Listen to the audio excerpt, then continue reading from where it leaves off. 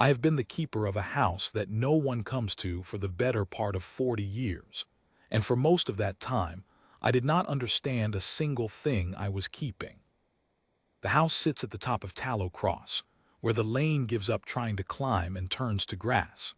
It is old in a way that towns no longer build. The walls are pale stone that goes the color of weak tea in the rain, and there are more windows in it than any house has business owning. Tall ones, narrow ones, a great round one over the east stair that throws a coin of light across the floorboards every clear morning for about the length of time it takes to drink a cup of tea. When my Edrin first brought me up the lane to see it, I asked him who had so much glass to waste on an empty house at the edge of the world, and he only smiled the way he did when he knew a thing and was in no hurry to say it, and told me the house liked to be able to see the sky in every direction. I thought he was being soft. He was a soft man in the good way, the way that wears well. I did not learn until he was a long time dead that he had told me the plain truth, and I had laughed at it. We were caretakers, the both of us, on a wage that came twice a year from a firm of factors 3 worlds over, men I never met and never will. The house belonged to no one I could name. It had belonged to no one I could name for longer than the oldest stones in the churchyard down the lane. Our work was simple, and it never ended, which is the nature of all the work worth doing. We kept the roof sound and the gutters clear. We aired the rooms even though no foot but ours crossed them. We swept the long hall and the wide threshold stone at the front, and we kept the great hearth in the east room laid, and ready though we lit it only on the coldest nights to keep the damp from the walls. And we kept the customs. That is the part I want to set down properly, because it is the whole of it in the end, though I did not know that either. Edrin had them from the man before him, an old keeper named Tobias Cray who had the house for 50 years, and handed it on to my husband the way you might hand on a trade, with his hands more than his words. There were 3 customs, and a 4th that Edrin said was only the first 3 done together with your whole attention, which I took for one of his sayings and did not think about. The first was the lamp. There is a lamp in the round east window, a heavy old brass thing with a wide wick, and from the first frost of autumn to the last of the spring it is to be lit every dusk and kept burning until dawn, and never, Edrin said, never left to go out in the dark. Not for any reason. If you are ill, you crawl to it. If the storm takes the power and the pumps, you light it with a taper and you sit with it. He was gentle about most things and iron about that one, and because I loved him, I made it iron in myself too, and have kept it iron ever since, through 40 winters and a great many nights when there was no earthly reason a lamp should matter to anyone. The second was the bowl. Every dusk when the lamp was lit, you carried a bowl out to the threshold stone, and you set it down in the worn dish that someone long ago had cut into the stone for exactly that purpose, and you filled it with something warm. Edrin made it broth, most nights, the leavings of whatever we had eaten, thinned with hot water and a pinch of ash from the hearth, which he said was the proper way and I never questioned. In the morning the bowl was always empty, licked clean, and I told myself it was the foxes or the little brindled fen cats that lived in the hedges or the birds, and I was content to leave it at that. A house at the edge of the grass feeds things. That is only right. The third was the threshold. Every morning, first thing before the kettle, you swept the wide stone clean. Not the porch, not the step, the stone itself, the long pale slab that the door opens onto, and you swept it from the inside out, toward the lane, the way you would sweep a welcome rather than a dismissal. Edrin was particular that it be swept toward the lane and never the other way. I never asked why. There were a great many things I never asked, and I have come to think that is its own kind of faithfulness, to do a thing well because someone you trusted asked it of you, and to let the why of it keep. And the 4th, the one that was only the other 3 done with your whole heart, was the song. It is not much of a song. It has no words that I was ever taught, only a tune, low and turning, that goes up at the start the way smoke goes up and comes down slow at the end the way smoke comes down when a fire is banked for the night. Edrin hummed it when he lit the lamp. I never heard him sing it loud. He hummed it under his breath the way a man hums when his hands are busy and his mind is somewhere kind. And after he was gone, I found that I hummed it too, at dusk, at the lamp, without ever deciding to, the way you keep the shape of a person in the small, unwatched things you do. I did not know it was a real song. I thought it was Edrin's, the way a tune you have heard your whole life feels like it belongs to the person you heard it from. I want you to hold all of that in your mind, the lamp and the bowl and the swept stone and the little tune, because for 40 years that was the entire content of my faith. I'm not a church-going woman, though I have nothing against it. I kept a clean house, I lit a lamp, I left out a bowl, I swept a stone toward the lane, I hummed a tune I could not name, and I told myself I was doing it for Edrin's memory and for the wage, and that was the truth as far as I had it. It was not the whole truth, but you cannot tell a person the whole truth before they are ready to be carrying it. The house seemed to understand that better than I did. Now, I have to tell you about the cold, because the cold is how it began. It was the third winter after Edrin died, and it was a hard one. We are a long way out on Tallow Cross, a long way from the warm lanes of trade, and the seasons here come down off the high country with no manners at all. That winter the cold came early and stayed late and got into everything. The pipes froze twice. The little market in the square shrank to 3 stalls. I burned through my wood faster than I liked and went out to the long woodshed at the back of the house, more often than I wanted to, into the dark, with the wind coming over the grass like it had somewhere to be. I was 61 that winter, and I will tell you honestly that I was lonely in a way I had not let myself be while Edrin was sick and needing me. Grief is busy work while the person is dying. It is only afterward, when the busyness stops, that it spreads out flat and silver like water finding its level, and you find you are standing in it up to the knee, and it is very, very quiet.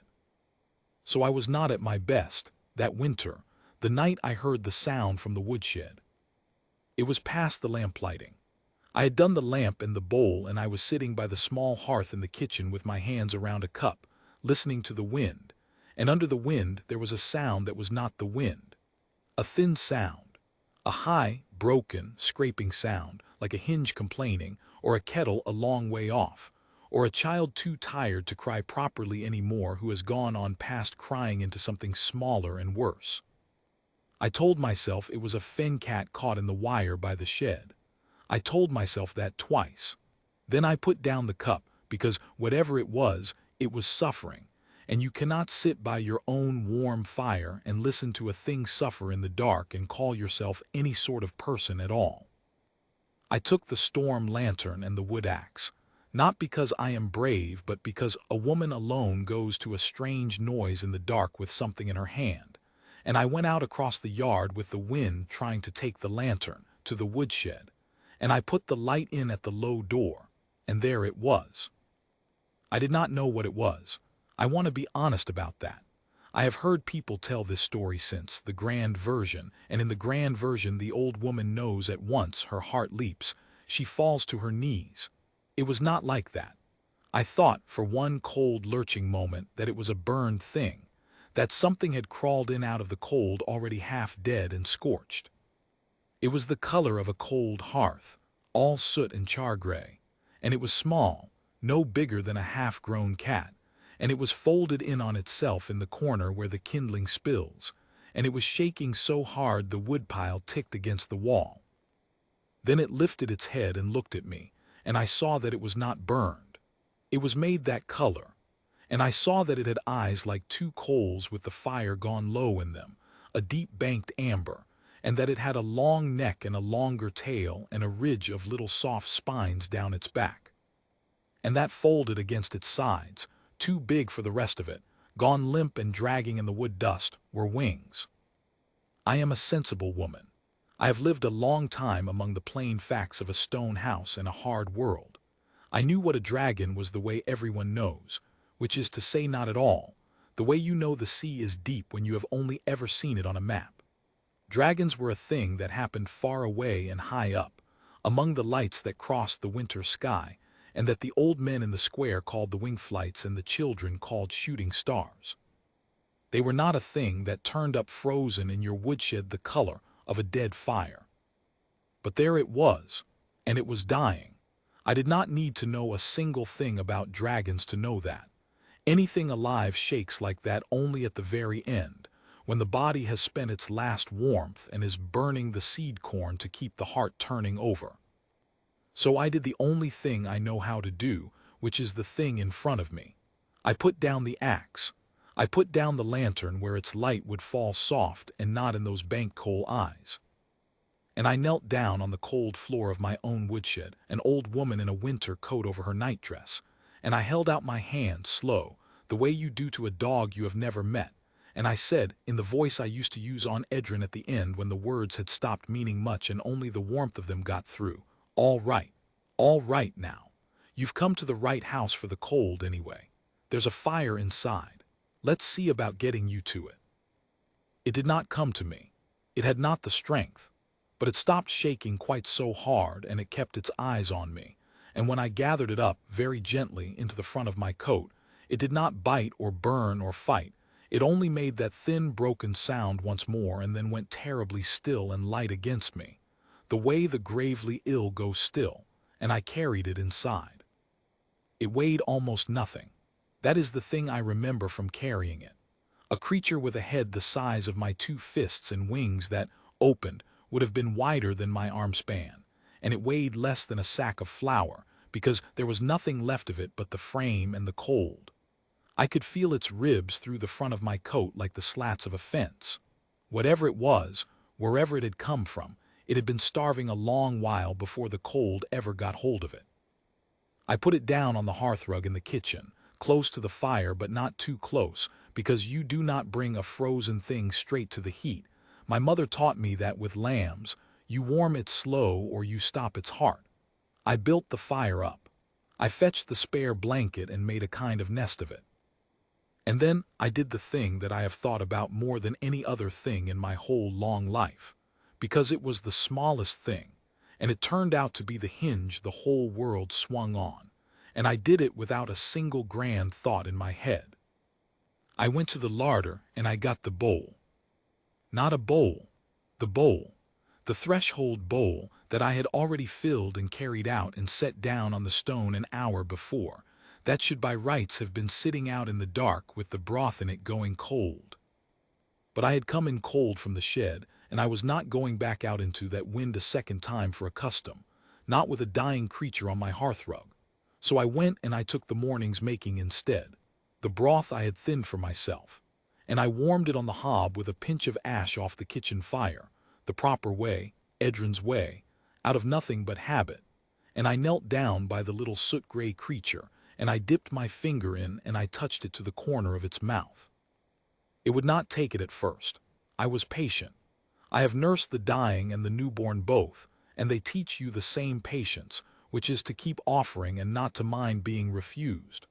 I touched the warm broth to its mouth, and again, and at last a thin black tongue came out, no longer than my finger, and touched the drop, and the banked coals of its eyes came up the smallest degree, and it drank.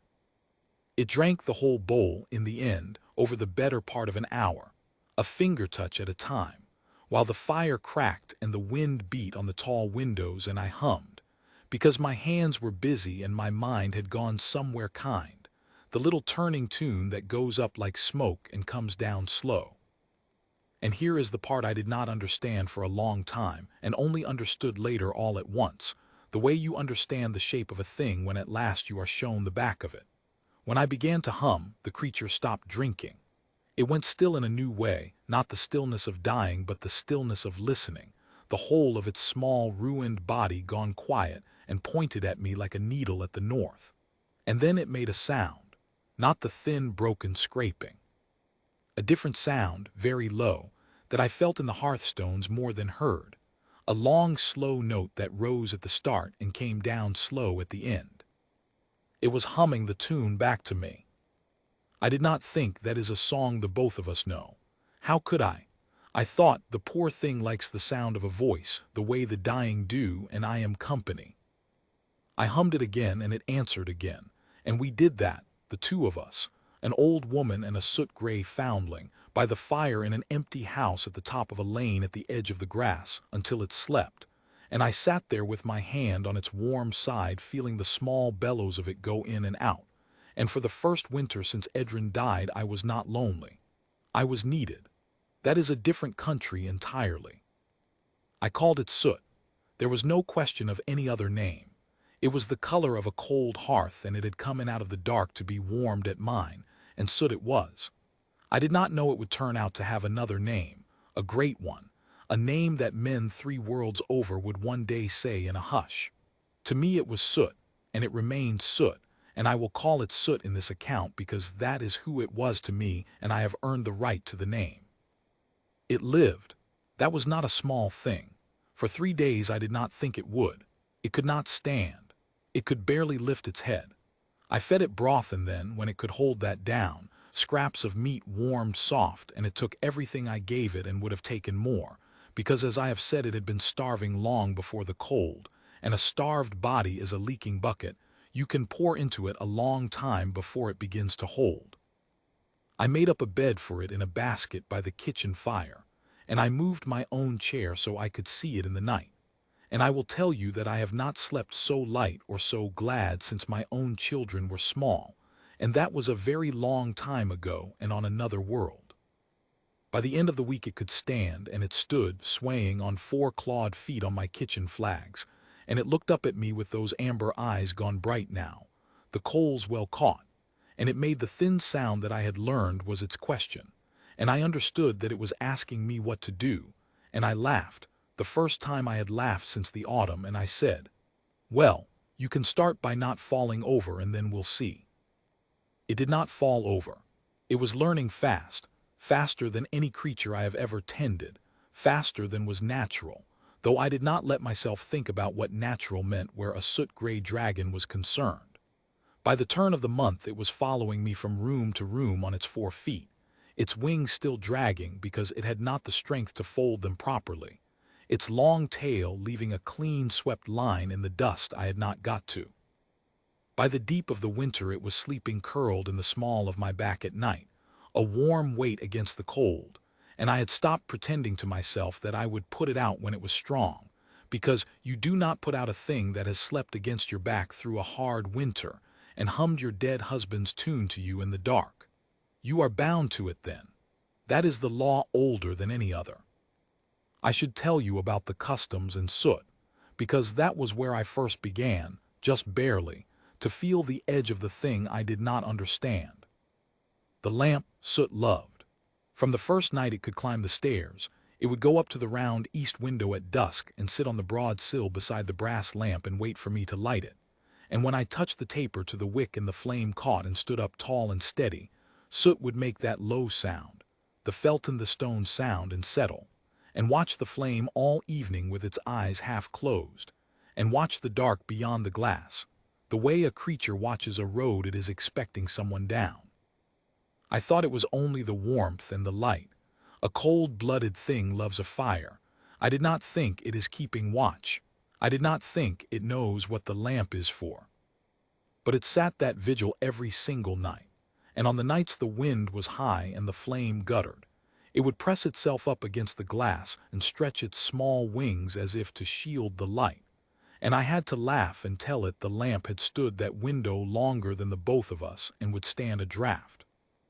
The bowl soot ignored, which puzzled me, because soot would eat the legs off the table if I let it, and yet the threshold bowl it would not touch. I went on filling it every dusk and carrying it out, and every morning it was empty, and I went on thinking foxes, and soot would come to the door with me when I carried it out and stand looking out into the dark with its head up and its nostrils working, very grave, very still, and then come in when I came in, and I thought, it is only that it does not like the cold, which was true, but it was not the whole of it. I did not think, it knows who the bowl is for, and it is not for it. And the threshold, the swept stone, soot took as a personal trust. The first morning it saw me sweep the stone toward the lane. It watched the whole of it from the doorway with that grave attention, and the next morning, before I was even down the stairs, I found it out on the cold stone in the gray light, dragging its tail along the slab from the inside out, toward the lane, sweeping the way I swept, clumsy, thorough, getting it wrong and then getting it right. An old woman's foundling keeping an old woman's custom that neither of them understood in the cold toward the lane. The way you sweep a welcome. I stood in the doorway and watched it, and something turned over in me that I had no name for, and I have the name for it now. It was the feeling you get when you are in the presence of something far older and far larger than you have been told, and it has chosen, for reasons of its own, to keep a small faith alongside you in the dark. That is movement enough for one part of a life. An old woman, an empty house, a dying stray made well, a winter got through with company in it. If the world had let it stay that small, I would have been content to the end of my days, and I think Soot would have been content too, and there would be no account to write.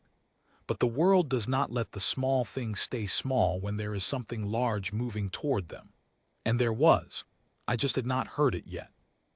I heard it first as a question in the square.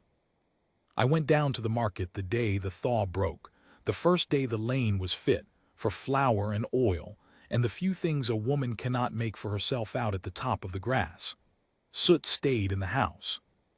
It would not be parted from me gladly, but I had made it understand, the way you make a clever creature understand, that the town was not for it, that it must keep to the house and the yard and never be seen down the lane, and it had taken that into itself with the same grave seriousness it took the sweeping, and it kept to it. I do not think, looking back, that I taught it caution. I think it had caution already, bred in the bone, and I only gave it a shape to put the caution in. It had been hunted before it ever came to me. A thing does not starve in hiding for no reason. In the square, then, getting my flour, I heard the miller's wife say to the carter that there had been a man asking after the old houses. The waystations, she called them, which was a word I had not heard for the house in years, a word Edrin used now and then and Tobias Cray before him, the wintering houses, the waystations. A man had come through, she said, well-dressed, well-spoken, foreign, asking after the old waystations, which of them still stood, which of them were tended, which of them kept the old ways. He had bought drinks all round and asked his questions easy, like a man with money and time, and he had asked one question more than once, she said, which had stuck in her mind because it was a strange one. He had asked whether any of the old houses still showed a light in winter. I went home with my flour, and a cold thing sitting under my breastbone that I tried to tell myself was only the weather. I did not tell Soot, because Soot was not a person you told things to in words, but Soot knew. When I came up the lane, Soot was waiting at the swept stone, which it should not have been, out where it might be seen, and when I came near it pressed against my legs and made a sound I had not heard before, a low broken sound with an edge in it, and it kept looking down the lane the way I had come, and that night when I lit the lamp it would not settle.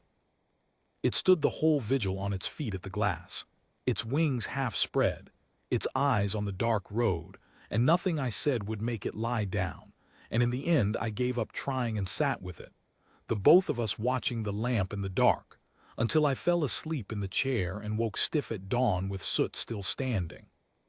The man came 11 days later.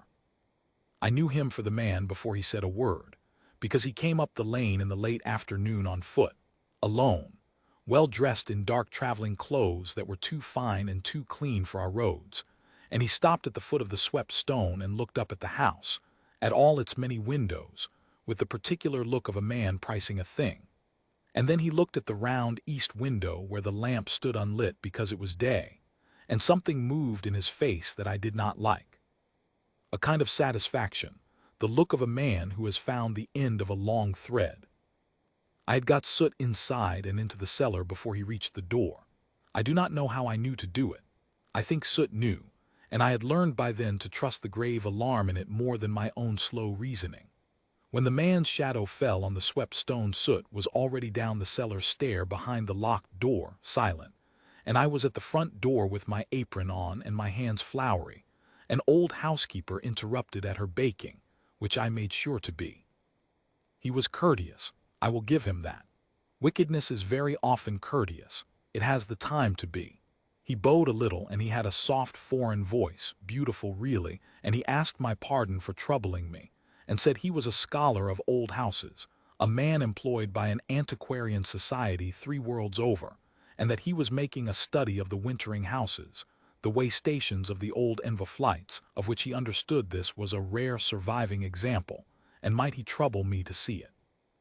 I told him the house was let to a firm of factors, and not mine to show, which was true. I told him I was only the keeper and had no leave to bring strangers in, which was true.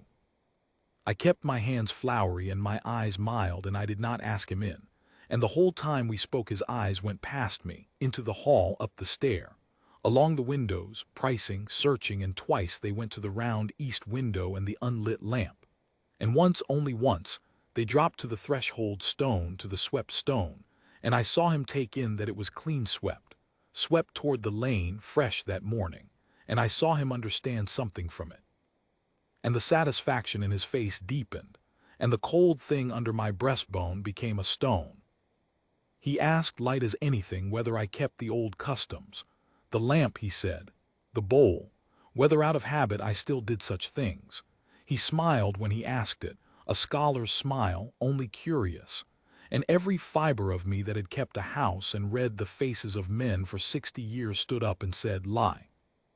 So I laughed, an old woman's foolish laugh, and I said, no, bless you who has the time, I light the lamp on dark nights for the look of it, and that is all. The old ways went out with old Tobias Cray and good riddance. They were a deal of bother for a wage. I said the bowl was a thing the keeper before me had done for the foxes, and I had no patience for feeding foxes. I made myself small and tired and uncurious, a woman who kept a house for money and not for love, and I watched his face, and I saw the thread go slack in his hands, just a little, just enough, the satisfaction guttering down into doubt. He thanked me. He gave me his card, which I took and did not look at and put in my apron pocket where it stayed until I burned it.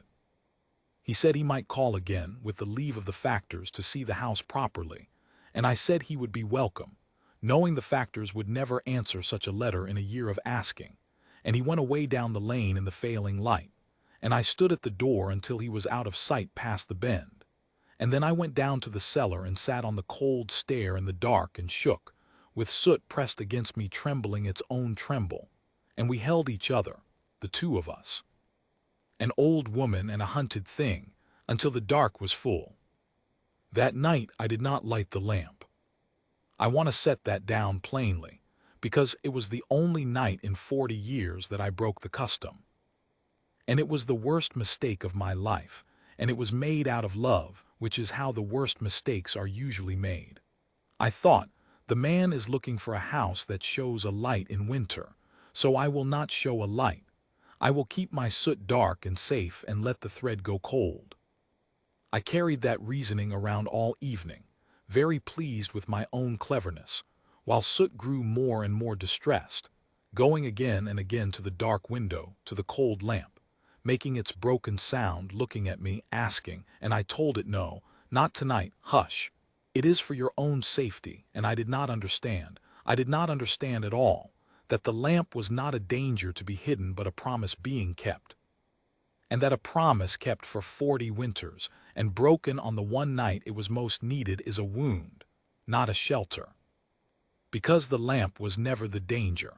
The lamp was the only thing that could have told the right people, in time, where the wrong people were already standing. I learned all of this after. I am telling it to you in the order I lived it, which is the order of not knowing, because I think the not knowing is the truest part. Here is what I lived. A man came, I lied to him well, and I put out the light to be safe, and that night the wrong people came. There were 3 of them, and they came after the deepest part of the dark, on foot up the grass behind the house, not up the lane, which the man's question about the swept stone had perhaps taught them, and they were quiet and they were not scholars. I was woken by soot, not by a sound it made, by the absence of it. The warm weight was gone from the small of my back, and that absence brought me up out of sleep faster than any noise could have, and I lay in the dark with my heart going and listened, and heard, downstairs, the soft particular sound of a door being tried that does not want to be heard being tried. I will not make myself out to be braver than I was. I was terrified. I am an old woman alone in a stone house at the top of a lane, and there were men in my dark below me who had come up the back way in the night, and I had no weapon but the wood axe and no strength to swing it that would matter against a young man, let alone 3. But terror is not the opposite of doing the thing. It is only the whether the thing gets done in. I got up. I did not light a lamp nor fool me. I knew the house in the dark, and I went to the head of the stair, and I heard the back door give, and I heard them come into my kitchen, 3 of them. Low voices, a light that was not flame, a hard cold light that swept the room, and I heard one of them say a word I did not know, a word with too many sounds in it for human mouth, and I understood somehow that they were calling something, calling Soot by a name that was not Soot. And Soot did not answer. I could not see it, but I knew it the way you know your own child is holding its breath in the next room. It was somewhere in that dark kitchen, small and silent and cornered, and it did not answer the name they called it by, and I understood, standing at the head of my own stair with my heart breaking the silence, that the name they called was its true name, and that it knew its true name, and that it had chosen, out of all the long instinct of its kind, to be Soot instead, to be mine, to be silent, because to answer to the great name was to die. So I made a choice too. It was not a brave choice or a clever one. It was the choice of a woman who has nothing left to bargain with but herself, and who has long since decided that the leaking days of an old life are a cheap enough price for the whole future of a thing she loves. I came down the stairs into my own kitchen in the dark, loud, an old woman in her nightdress, and I lit the lamp. Not the east lamp. The kitchen lamp, the everyday one, struck quick with a match, so the flame jumped up between me and the 3 of them and showed me their faces and showed them mine, an old woman, alone, afraid, foolish. And I cried out the way a frightened old woman cries out, "Who's there? Who's in my house? Thieves! Thieves at Tallow Cross!" And I made for the front door to fling it open and rouse the lane, which was a 1/4 mile down and would rouse no one. But they did not know that, and I made all the noise a small body can make, because every eye in that room was on me now, 3 pairs of cold eyes, and not one of them was on the dark corner where my Soot was pressed silent into the gap behind the larder. And that was the whole of my plan and the whole of my hope. To be the loud foolish thing in the light, so that the small silent thing in the dark would not be found. They were on me before I reached the door. A hand took my arm hard and turned me, and the lamp jumped and I saw the one who held me, and I will tell you he was beautiful, and he was not human, and he was not kind. He had the seeming of a tall man in the same dark traveling clothes as the scholar, but the lamplight ran wrong over his skin, caught and slid like light on scale under a thin glamour, and his eyes were slit like a cat's or a snake's or a thing far worse than either. And when he spoke his courteous foreign voice, the long sounds in it were the sounds of the name they had called, and I knew them then for what they were, not men. Dragons in the seeming of men, of a kind I had never been told could be, a kind that could fold themselves down into a man's shape and walk a man's road. The scholar had been one, and I had lied to it and won, that round. These were others, and I would not win this one with a lie. He asked me, very soft, where it was. He did not say what. He said, "Where is it, old woman," in that beautiful voice, and his grip on my arm was not a man's grip. There was no give in it at all, and the other 2 were already moving through my kitchen with their cold lights, sweeping the corners, and I had moments only, and I spent them the only way that was left. I told him there was nothing in the house but me. I told him the firm of factors should hear of this, that I would have the law, that I was a poor old woman, and there was nothing here worth a great lord's trouble. I babbled. I was the loud, foolish, frightened thing. And all the while I was turning, slow in his grip, turning my body to put myself between his cold light men and the dark gap behind the larder, an inch at a time, an old woman pleading, an old woman in the way, an old woman who was nothing and knew nothing and had nothing. "Please, please, I have nothing." and the cold light swept toward the larder. I did the last thing I had. I fell.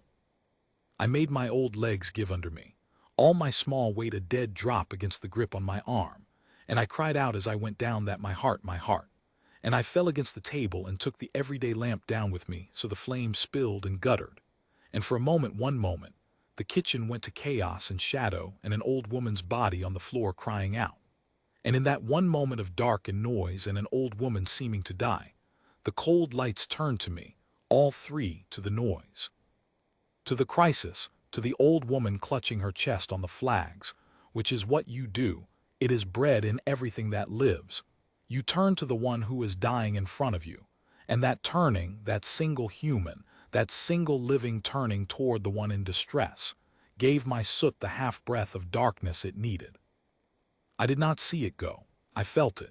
I felt the small, swift warmth pass close by my face in the dark, and I felt the air of small wings, and I heard the front door, which I had got unlatched in my babbling, give and swing. And a thread of gray dawn dark and cold air came in across the floor, and soot was gone out into the open, into the only safety there ever is for a hunted thing, which is away. And then there was light. I thought for one foolish proud moment that I had done it, that my soot was away into the grass, and the dark and these cold beautiful things would search the empty house and curse and go. But the light that came was not from the kitchen, and not from any lamp of theirs.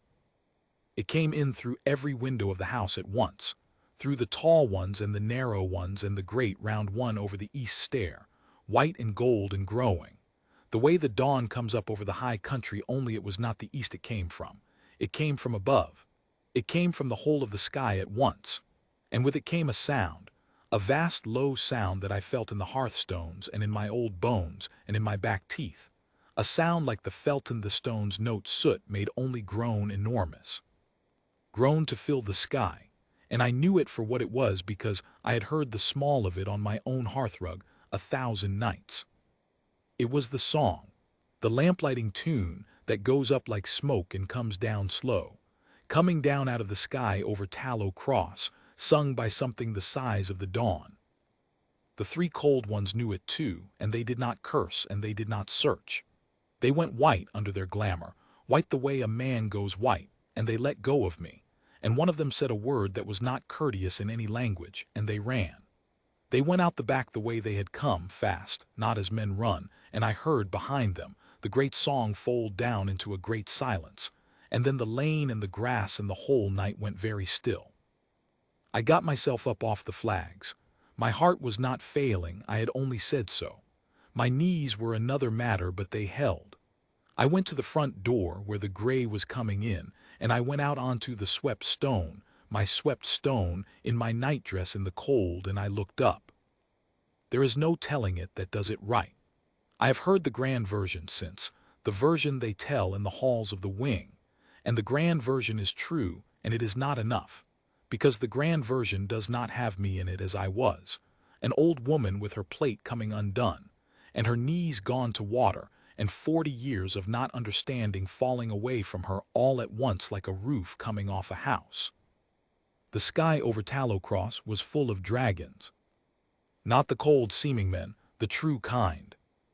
They had come down out of the dark on wings that put out the last stars, and they hung in the air over my house and my grass and my lane, scores of them, of a size I had no shelf in my mind to set them on, the smallest of them larger than the house, their scales catching that white gold light they made among themselves, and throwing it back so the whole hilltop was lit as bright as noon though it was the dead of night. And they were silent now, all of them, and they were not looking at me. They were looking at the small soot-gray thing that stood on the swept stone at my feet. Soot had not run. That is the part the grand version gets right and I had got wrong. Soot had gone out the door, yes, but not away. Soot had gone out onto the swept stone, the welcome stone, swept toward the lane, and Soot had lifted its small ruined head to the sky, and Soot had answered the great name at last, had sung it back, had called them down, not to be saved. I understood that, watching in the cold with my heart cracked all the way open. Soot had called them down to stand between them and me. A small hunted thing that had hidden its name for its whole short life to stay alive, had spent its name, all of it, in one breath, to bring the whole sky down on 3 cold ones who had laid hands on an old woman who fed strays. That is the kind of creature I had been keeping. That is the kind I had warmed at my fire and let sleep against my back. I did not know it then. I know it now. The dragons came down. Not all of them. Most of them stayed up, a vast hanging vigil, but one came down, settling onto my grass with a weight I felt come up through the soles of my feet. The largest of them, the oldest, a creature of deep gold gone to bronze at the wing edges and to gray at the crown, with eyes that were not coals but molten, and great horns swept back like a crown that had grown out of the skull. And when it folded its wings, the sound was like the sea drawing back off shingle. It lowered its enormous head slow, until the great molten eye was level with the small soot-gray thing on the stone, and it made a sound low that I felt break in my chest, and Soot went to it, walked to it across the grass on its 4 small clawed feet, dragging its wings, and stood under that vast lowered head no bigger to it than a kitten is to a wolfhound. And the great creature breathed over Soot once, a long warm breath, and closed its molten eyes. And then it opened them, and it turned its head and it looked at me. I have been looked at by a thing the size of a house, a thing older than my whole world, a thing that could have unmade the hilltop with a breath, and I will tell you what was in that look, because I have had a long time to be sure of it. There was no menace in it. There was no greatness held over me. There was, in that vast molten eye, the thing I had seen 100 times in the small amber coals of Soot's eyes when I touched warm broth to its mouth in the worst of the winter. There was gratitude. Old as the stars and bottomless, but the same in kind as a starved thing's gratitude for a warm bowl, which I think now is the only kind of gratitude there is, only it comes in many sizes. It spoke. I had not known they could shape my words, the true kind, the great kind, but it shaped them slow, and the sound of them came up out of the ground as much as out of the air. It said, I am the mother of the wing. It said a longer name after, the name of its line and its court, which I will not set down whole because it is not mine to spend, but the heart of it was a word I had been hearing all my life and never known, the word the old men in the square said for the lights that crossed the winter sky. It said, you have kept the light. And I, an old housekeeper in her nightdress on a cold stone, with her plate undone and her knees gone, said the only true thing I had, which was, I didn't know what it was for. The mother of the wing was silent a moment. Then it made a sound I came to know was its laughing, though it is nothing like ours, a long low warmth that ran out across the grass, and it said, the keeping does not require the knowing. That is the gift of it. It said, for 400 winters this house has shown a light at the edge of the dark and left a bowl, and swept a welcome toward the road and sung the calling down. And for 400 winters the keepers have done it not knowing, hand to hand, faith without understanding, which is the only faith that does not fail, because it cannot be bought and it cannot be frightened and it cannot be reasoned out of a person. It can only be lived. It said, the houses that knew fell. The lords that understood the worth of it sold it, or guarded it for advantage, or bargained with it. And one by one the lights went out, all across the long dark, traded away by clever people who understood exactly what they had. This house alone kept faith, because this house alone forgot why, and so could not be made to stop. I did not understand the half of it, standing there in the cold. I understand more of it now. I will tell you the shape of it as it was given to me after, in the gentler tellings, when the wing had taken me up among them, which is a part of this account I have not earned my way to yet. There had been a sundering, a breaking among the great courts of the wing, an age ago, a war the shape of which I cannot hold in my head, that ended with the old line, the Orem line, the line of the mother who stood on my grass, scattered and hunted near to ending. There are those among the wing, as there are among us, who when they cannot have the throne would rather see it empty than see it kept by another, and they had hunted the Orem line down the long dark to its last. The very last of it was an egg, the last egg of the line, and it had been hidden the only way a thing can be truly hidden, which is in a place that does not know what it holds. It had been brought, by a faithful one who died for the bringing of it, to the one-way station in all the scattered houses of the wing that still kept the light without knowing why. Because a hidden thing is only safe in the keeping of someone who cannot be made to give it up by being told what it is worth. It had hatched in my woodshed in the dead of a hard winter, alone in the cold, the last heir of a dragon throne, and it had near died of it, because an egg hidden in ignorance gets no nursing, and a hatchling alone in the cold is a dying thing. And it had crawled, starving, to the one warmth on that whole dark hill, which was an old woman's woodshed, and an old woman had come out into the dark with a lantern and an axe and had put down the axe. That is the whole of what I did. I want it written plain so no one makes more of it than it was.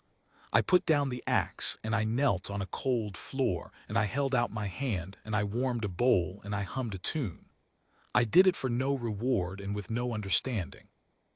I did it because a thing was suffering in the dark by my house, and I am the kind of person who goes to that, which is not a virtue.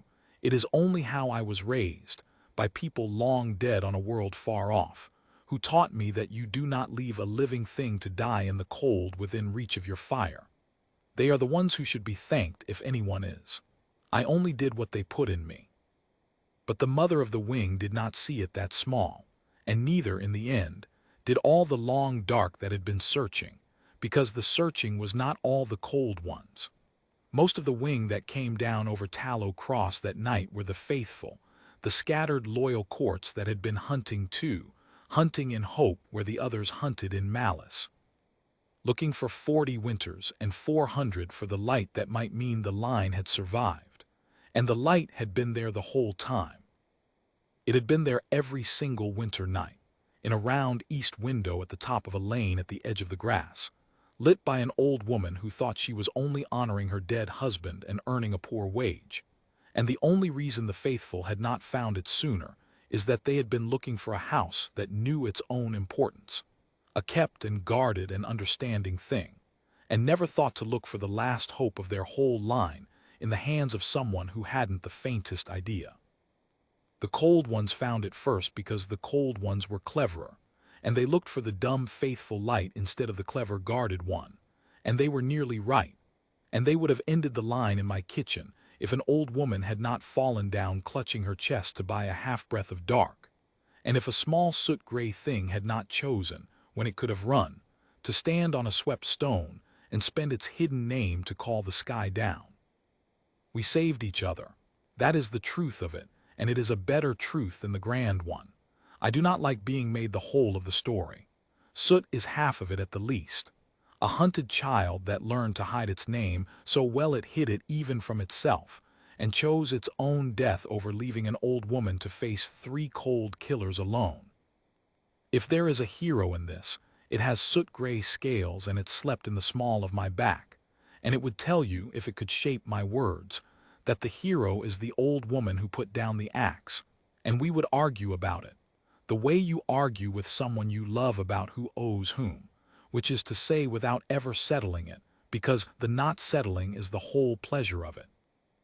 I will tell the end of it quickly because the end of a thing like this is quiet, and should be, and the grand tellings always go on too long at the end, piling honor on honor, when the truth is that after the sky came down the rest of it was very gentle and very small. They did not take soot from me. I think I feared they would in the first gray hour when the mother of the wing stood on my grass and the sky was full of the line come home. I think I braced myself for it. The way you brace for a loss you have decided is just telling myself, it is a prince, it is the last of a great house, it has a throne to grow into and stars to cross. What is an old woman and a stone hill to that? Let it go and be glad you had the winter. I had the speech all ready. I am good at the speeches that give a thing up. I had given up Edrin and my children to their own far lives, and most of my own years to the keeping of a house that no one came to, and I knew how to stand straight and let a good thing go. I did not have to give that speech. The mother of the wing, when she understood what I was bracing for, made her laughing sound again, low and warm across the grass, and she said, "Do you think we would tear an air from the one hearth in all the long dark that kept faith?" She said, The line learns where it is loved and is the stronger for it, and this is the house that loved it when it was nothing, when it was soot and bones in a woodshed with no name and no worth, which is the only love worth a throne's trust. She said soot would grow, and would have to learn the things a creature of the wing must learn, the long roads among the stars, the courts, the weight of its name, and that for that learning it would have to go from me in time, as children do, as my own did to their lives. But she said the wintering would always be mine. That every cold season, from first frost to the last of the spring, the air of the Orem line would come back to the house at Tallow Cross, to the hearth where it was warmed, to the old woman who warmed it, and would keep the wintering there with me, for as long as I lived and after. And then she did a thing that I did not understand the size of until later, and that makes me weep still to set down, an old woman's foolishness, but I will set it down. She asked for fire. She asked me for the fire of my own lamp. I went in on my water knees, and I lit a taper at the everyday lamp on the kitchen floor, the lamp I had knocked down, and I carried it out, sheltering the small flame with my hand against the dawn wind, an old woman bringing a great dragon a candle, and she lowered her vast head and took the small light somehow into herself, into the molten of her eye, and she lifted her head to the sky, and she breathed it out, and the whole hanging vigil of the wing, scores of them, took up that one small flame from my kitchen and carried it up and out, and I understood that they were carrying it to the other houses, to the dark houses, the way stations all across the long scattered dark whose lights had gone out, traded away by clever lords who understood their worth. They were going to relight them, from my lamp, from the one light that had never gone out, lit by a woman who never knew why. They were going to carry fire back to all the dark windows of the wing, and light them again. And this time, the mother said, this time the keeping would be given into the hands of those who did not understand it, deliberately, on purpose, because 400 winters had taught the wing at last what an old housekeeper at the edge of the grass had known in her bones without ever being told.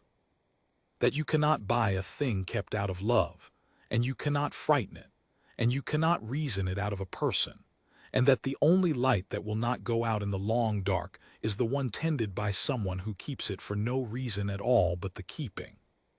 So I am the keeper of a house that no one comes to, except that now they do. Soot comes every winter from the first frost. It is not small now. It will never be small again, and there are days I miss the small of it, the warm weight in the night, the foundling in the basket by the fire, the way you miss your children as children even while you are proud of the great far things they have grown into. It is the size of the woodshed now, and getting larger, and when it lands on my grass the soles of my feet feel it the way I felt the mother land. But it folds itself down small as it can at my hearth, and it lays its great soot-grey head on the flags by my chair, and I put my old hand on it where the scales are warm, and it makes the low felton the stone sound that is its content. And at dusk I light the lamp and it goes up to the round east window and sits the vigil with the flame, watching the dark, watching the road, and I hum the little turning tune that I know now is the calling down of the whole wing, and it hums it back to me, low, the way it did on the worst night of the worst winter when it was nothing, and I was nothing, and the two of us nothing things kept each other alive in the dark. The bowl I still set out every dusk, and now I know who it is for. It is for the travelers of the wing, the invo flights that cross the long dark and come down weary at the way stations to rest. And now that the lights are lit again all across the dark they come, sometimes, folded small as men, and they take the warm bowl from the threshold stone with their own hands and bow to me, an old woman, in a way that I have stopped protesting, because it gives them something they need and costs me nothing but standing still. The threshold I still sweep every morning, toward the lane, toward the road, the welcome way, and soot sweeps it with me when it is wintering, the great drag of its tail and the small push of my broom, the two of us, getting it clean. And the lamp I light every dusk and keep until dawn and never, never let go out in the dark. People ask me, the few who know, the ones who come up the lane now where no one used to come, They asked me what it was like that night to find out. To learn that the whole of 40 years of small, dull, faithful keeping had been the one thread that a dragon throne hung by, and that I had held it without knowing, and that I had nearly let it go on the one night it mattered, and that I had saved it in the end by falling down and pretending my old heart had stopped. They want the grand version, the falling to the knees, the heart leaping, the woman who knew. I tell them the true version, which is smaller and which they are usually disappointed by, and which is this. I did not save a dragon throne. I do not have the size in me to save a throne, and I would not know how to begin. I fed a sickly stray that turned up dying in my woodshed, because that is what you do, and I kept the light burning because a man I loved asked me to, and I never stopped, and I swept a welcome toward the road every morning of my life because it was the work in front of me, and it turned out in the end that the throne was made of exactly those things and nothing grander. Of warm bowls and lit lamps and swept stones, and a tune hummed low to a frightened thing in the dark, and that I had been building it, brick by brick, every dull day of 40 years, without ever once knowing I had a single brick in my hands. That is the part I would have everyone keep if they keep nothing else of this.